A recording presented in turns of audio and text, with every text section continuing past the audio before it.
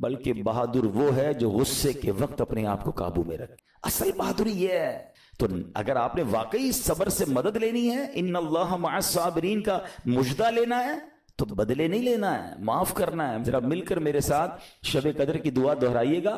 اللہم انک عفو کریم تحب العفو فاعف عنی. اللہم انک عفو کریم تحب العفو فاعف عنی. اللہم انک عفو کریم تحب العفو فاعف عنی. What is the meaning؟ اس دعا کا معنی کیا ہے؟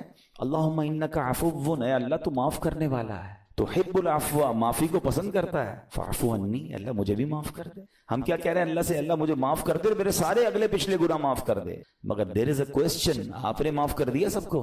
بندہ کہتا نہیں میں تو انتظار میں بیٹھا ہوں، میں تو موقع کی تلاش میں، بس موقع ملے پھر بتاؤں گا میں کون ہوں. ہاتھ میں آ نہیں رہا بندہ، ٹرائی کر رہا ہوں کسی جگہ آ جائے، بس کوئی اس کے پیسے ویسے آ جائیں، کوئی اس کا معاملہ میرے پاس آ جائے، بس پھر دیکھو کیا کرتا ہوں. بیٹھے اس انتظار میں بیٹھے بہت سارے لوگ. کمال ہے یار، یعنی دشمنیاں پالی ہوئی ہیں، رشتہ داریاں کاٹی ہوئی ہیں، دوستوں کے پاس جا نہیں رہے ہیں، میاں بیوی میں لڑائی ہے، ایک سوری کے لیے بیوی گھر بیٹھی ہے، وہ کہتی شوہر سوری کہہ دے تو میں آ جاؤں گی، شوہر کہتا ہے بیوی معافی مانگ لے تو میں لے آؤں گا. ارے بھائی کوئی بھی آگے بڑھ کے معافی کر لو بھائی، اللہ سے معافیاں مانگ رہے ہو، بندوں کو معاف کرنے کے لیے کوئی تیار نہیں ہے. مجھے خود بتائے نا یہ کیسی دعا ہے کہ اے اللہ تو مجھے معاف کر دے، میں نے کسی کو معاف نہیں کرنا. یہ بنتی ہے دعا؟ اللہ سے پتہ ہے کیا کہیں؟ اے اللہ میں نے بندہ ہو کر تیرے سارے بندوں کو معاف کر دیا ہے، تو سب سے بڑا معاف کرنے والا ہے نا، اللہ تو بھی مجھے معاف کر. Look at the way to talk. یہ مزہ ہے نا بات کرنے کا، پھر دعا کرنے کا لطف بھی آئے گا آپ کو. تو دشمنیاں نہ رکھیں، غصے پر قابو پائیں، معاف کریں. ایک حدیث سن لیجئے، لرزا دیتی ہے، ڈرا دیتی ہے. اللہ کے نبی علیہ الصلوۃ والسلام فرماتے ہیں جو رحم نہیں کرتا اس پر رحم نہیں کیا جاتا. حدیث کا خلاصہ ہے. اور جو معاف نہیں کرتا اسے معاف نہیں کیا. اب بتائیے ہم معاف کرتے ہیں؟ ہم رحم کرتے ہیں؟ ہم کہتے ہیں اللہ ہم پر رحم کرے، ہم کسی پر رحم نہ کریں. نہیں ہوگا رحم. پہلے اپنے اندر تو لائیے یہ باتیں. اب ایک آیت سنیے گا، اس کے تحت ایک واقعہ، اور پھر میں بیان کو کنکلوڈ کرتا ہوں.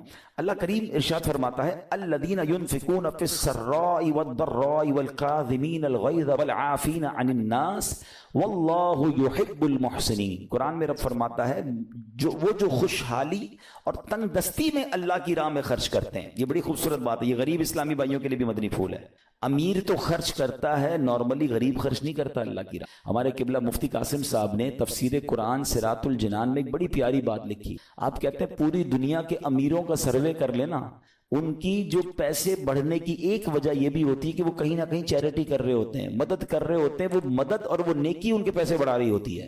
اور پوری دنیا کے غریبوں کا سروے کریں تو ان میں سے بڑی تعداد وہ جو خرچ ہی نہیں کرتی اللہ کی راہ میں. کہتے ہیں ہم کیا خرچ کریں، ہم تو غریب ہیں، ہم پر لوگ خرچ کریں. میں آپ کو فارمولا دے رہا ہوں اور یہ قرآن سے دے رہا ہوں. جو تنگی میں بھی اللہ کی راہ میں خرچ کرتے ہیں، جو خوشحالی میں بھی خرچ کرتے ہیں. آپ تنگی میں آپ روپیہ خرچ کریں، یہ نہیں کہتے آپ 10,000 روپے خرچ کریں، جتنی آپ کی حیثیت. یہ کاروبار ہے، آپ 1 روپیہ دیں گے اور آئے گا، آپ 10 روپے دیں گے اور آپ کسی نہ کسی نیکی کے کام میں خرچ کرتے رہیں، آپ غربت سے باہر آ جائیں گے. If you want to take out yourself from that problem، آپ آئے اللہ کی راہ میں خرچ کرنا شروع کریں. قرآن کہہ رہا ہے کہ جو تنگی اور خوشحالی میں اللہ کی راہ میں خرچ کرتے ہیں. اور اگلا پارٹ کتنا خوبصورت ہے، فرمایا وَالْكَاظِمِينَ الْغَيْظَ وَالْعَافِينَ عَنِ النَّاسِ. فرمایا اور غصہ پینے والے اور لوگوں سے درگزر کرنے والے. انعام کیا ہے؟ واللہ یحب المحسنین. اور اللہ نیک لوگوں سے محبت فرماتا ہے. اور پھر ہاں زندگی میں کلیمٹیز، پرابلم، بیماریاں، مشکلیں، قرآن خود کہتا ہے کہ من قریب تمہیں آزمائیں گے. کبھی بیماری آئے گی، کبھی بھوک آئے گی، کبھی مال کم ہو جائیں گے، کبھی ڈسٹربنس آئے گی، خوف آ جائے گا.